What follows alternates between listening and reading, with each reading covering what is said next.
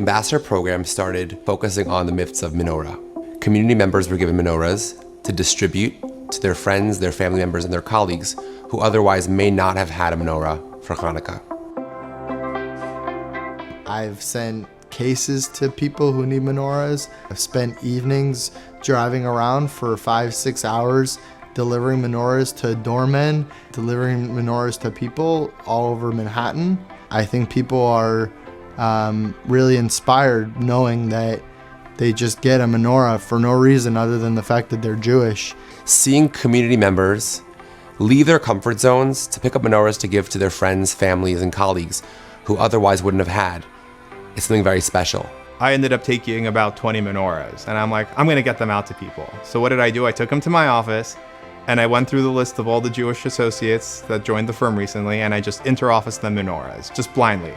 They didn't say who it came from, they just knew they got a menorah, and some of them are like, Daniel, did you send it to me? I'm like, yeah, and they're like, that's amazing, I actually needed a menorah, how did you know? I'm like, figured, that's great. And just a few months ago, now this happened almost 4 years ago, someone came up to me, he's like, I still have the menorah, I keep it in my office, it's one of the greatest things I ever got in an inter-office envelope.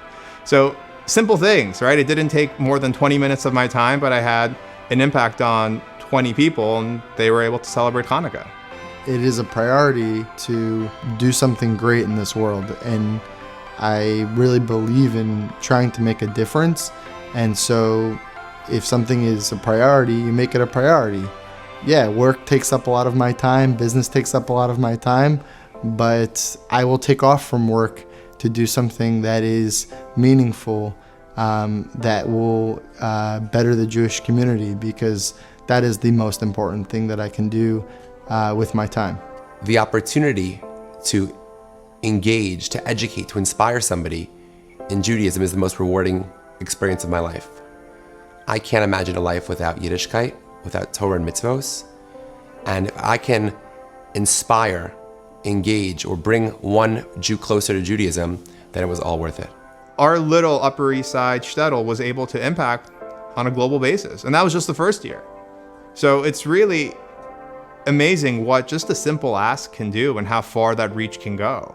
Without that initial ask, nothing would have happened. We were given this the greatest gift of our life, that the Rebbe believed in us and said we could be a shliach. The Rebbe believed that we could do our shluchis and entrusted us. And it's the greatest purpose and mission of our life that we have, is to be shluchim.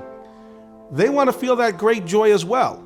So yes, initially we can ask them to partner with us, but ultimately if we could make them a shliach, then they have that great joy and the simchas achayim, that purpose and that pride and that ownership and that leadership of they are a shliach.